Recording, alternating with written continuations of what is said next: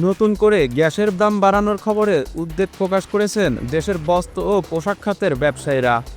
তারা বলেছেন, স্থবিরতা বিরাজ করছে পোশাক রপ্তানিতে, উৎপাদন খরচ বেড়েই চলেছে। জুলাই বিপ্লবের আগে ও পরে আমদানি রপ্তানি বিঘ্ন হয়েছে, বিশ্বব্যাপী মূল্যস্ফীতির চাপ পড়েছে দেশেও। ব্যাংক খাতের সংকট, শ্রম অসন্তোষ ও সার্বিক নিরাপত্তা ইস্যুসহ নানা কারণে শিল্পের উৎপাদন বাধাগ্রস্ত এবং সরবরাহ ব্যবস্থা বিপর্যস্ত হয়েছে। হ্যালো ফ্রেন্ডস, ওয়াইনউড লিমিটেড, আসুন আমাদের বুথ ভিজিট করুন। আমরা আপনাদের ডোর টু ডোর পৌঁছে দেবো আমাদের প্রোডাক্ট।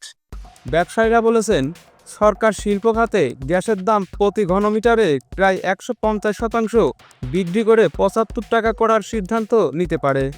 এরূপ মূল্যবৃদ্ধি কার্যকর করা হলে তা শিল্পায়ন ও অর্থনীতিতে দীর্ঘমেয়াদী নেতিবাচক প্রভাব ফেলবে। বছরে অতিরিক্ত খরচ হবে 17,975 কোটি টাকা। এমন পরিস্থিতিতে গ্যাসের মূল্যবৃদ্ধি পরিকল্পনা স্থগিত করে অংশীজনদের সঙ্গে আলোচনার ভিত্তিতে একটি প্রতিযোগিতামূলক টেকসই মূল্য নির্ধারণে নীতিমালা প্রণয়নের দাবি জানিয়েছেন তারা।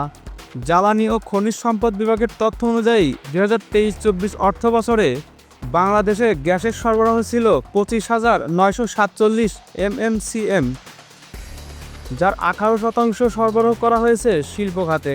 শিল্পে ব্যবহৃত গ্যাসের প্রায় 30% সরবরাহ হয় পোশাক খাতে। সেই হিসাবে এই শিল্প খাতে বার্ষিক গ্যাস চাহিদা প্রায় 1,400 MMCM।